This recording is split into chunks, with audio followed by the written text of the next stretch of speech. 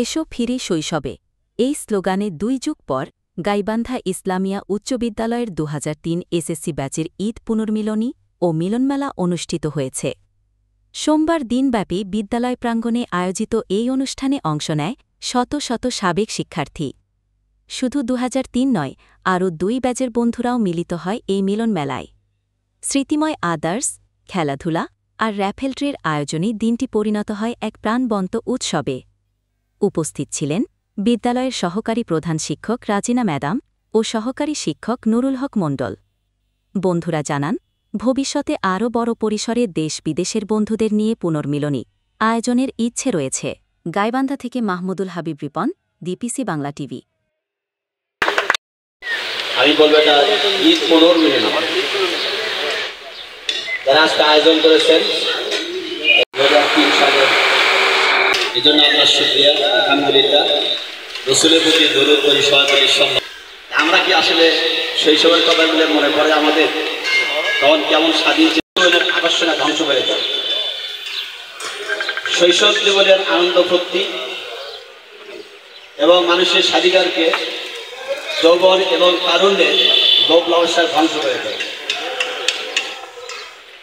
আবার এই যৌবনের পরে এমন একটা সময় আসে, পৌরত্ব এবং বার্ধক্য, যখন মানুষের করার আর কিছু থাকে। আবার সেই সময় ফিরে চলে যায় যখন তার বয়স শৈশব থাকে। তার মানে মানুষ যখন বৃদ্ধ হয়ে যায়, অপারগ হয়ে যায়, তখন কিন্তু শৈশবের স্মৃতি আর ফিরে আসে, শৈশবের অবস্থাটা ফিরে আসে না।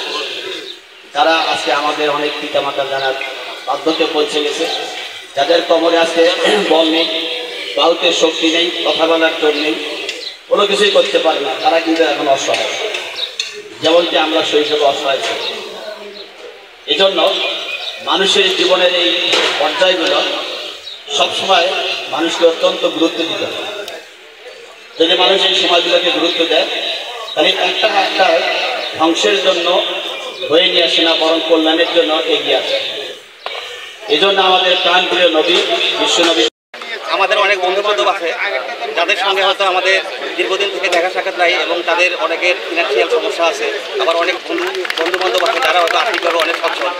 তা আমাদের এটা প্রোগ্রাম হচ্ছে শুধু এই মিলন মেলার মাধ্যমেই সীমাবদ্ধ থাকবে না, এটা পরবর্তীতে আমার বৃহৎ পরিসরে নিয়ে আসবে।